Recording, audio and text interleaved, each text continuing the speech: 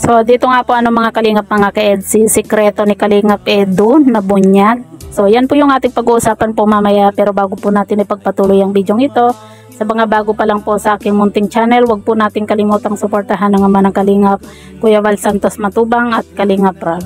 At paunawa, panoorin po muna ang full video bago mag-comment para malaman ang nilalaman nito. Sa part 33 nga po ng vlog ni Kalingap Rab sa Tambalang EDSI, ay talaga namang marami po ang humanga dito kay Viancy sa kanyang mga naging sagot nga po sa Kalamansi Challenge, at talagang maging ang mga viewers hinangaan nga po itong si Viancy dahil sa murang edad nito ay ganun na po siya sumagot Kaya maging si Kalingap Rab nga po talagang napabilib dahil sa kanyang mga kasagutan. At dito nga po mga Kalingap mga ka-EDSI, nakakatuwa nga po dahil nga po sikreto ni Kalingap Edu ay nabunyag.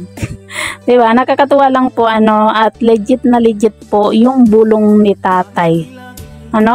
Dito ako natutuwa mga Kalingap mga ka-EDSI sa bulong ni tatay dahil alam po natin na talagang legit na legit yung kanyang bulong nga po dito kay Kalingap Edu at Viancy. Diba? Nakakatuwa lang po kasi maging si tatay talagang may mga bulong-bulong na din Kaya naman sabi ni Kalingap Rab, tuwang-tuwa din po itong si Kalingap Rab dahil nga po wala na daw pong maibubulong pa itong si Dr. Love nga po dahil nga po naibulong na ni tatay yung sikreto nga po ni Kalingap Edu. At yun nga po mga Kalingap, nagpapasalamat nga po yung tatay ni Viancy nga po sa lahat po ng mga sumusuporta at tumutulong nga po sa kanila, lalo na sa mga sponsor po. At yun nga po, dahil nga po nakalimutan niyang pasalamatan itong si Kalingap Edu, ay nabuking po nga nabuking nga po natin itong si Kalingap Edu na lagi po pala siyang pumupunta nga po dun kina Viancy.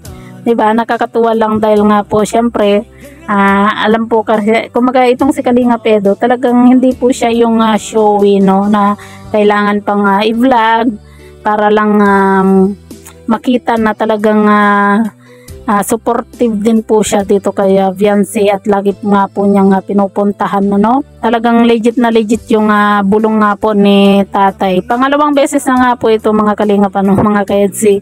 At nung isa nga po nung nakaraang vlog din po ni Dr. Love nga po ay talaga namang may bulong na naman po itong si tatay na nabisto na naman po itong si Kalingap Edu at Viancy na yun nga po lumabas po sila at nag-gym.